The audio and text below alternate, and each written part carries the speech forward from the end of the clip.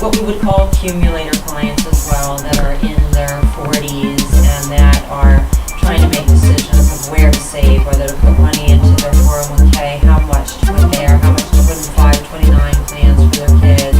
They're worried about college planning. So we do some of that as well. But the bulk of our clients are at or near retirement. And near retirement really is where a lot of work takes place, because folks are trying to figure out, can they retire? Can they retire and at what age? And what trade-offs are they going to make as far as their lifestyle if they do retire a little earlier or later? And or what impact it might have to their legacy intentions for their children. So we start really with the base of the pyramid, which is first figuring out, are they going to be okay? And that means, are they going to be able to maintain their lifestyle the way that they want?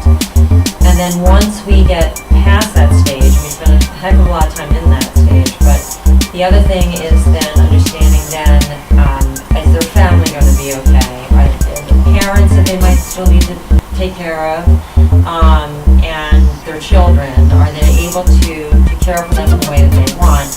And then another layer is, beyond that, what are their intentions to their community? What do they want to do in terms of, and particularly with their wealth, and how they might want to pass that on to the community, and we help them to accomplish those goals, which might include starting a foundation or joining a more public foundation that they can direct the funds, but they don't have to run it. So we can connect them with all those pieces. Right. So you build the pyramid from the bottom, and you can't start at the top of the pyramid and talk about that.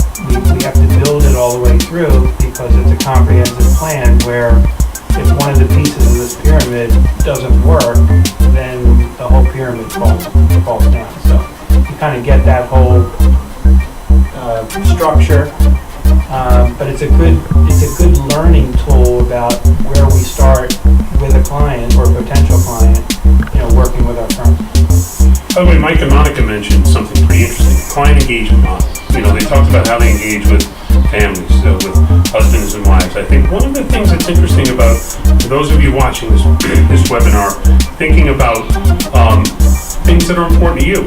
We've seen successful business models focused on women, focused on the LGBT community, focused on a variety of different constituencies, focused on charitable, what as a subset of investments called socially responsible investing, meaning no defense stocks, no tobacco, no alcohol, being able to invest your values. So there's a lot of different opportunities for people who feel strongly about a certain either segment of the population or a certain way to invest or look at the world, that you'll be able to fulfill quite successfully in many cases through a career in wealth management.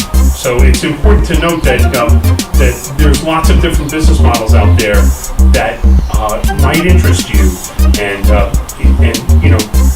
I would just suggest to be open-minded to all the various different business models that could exist.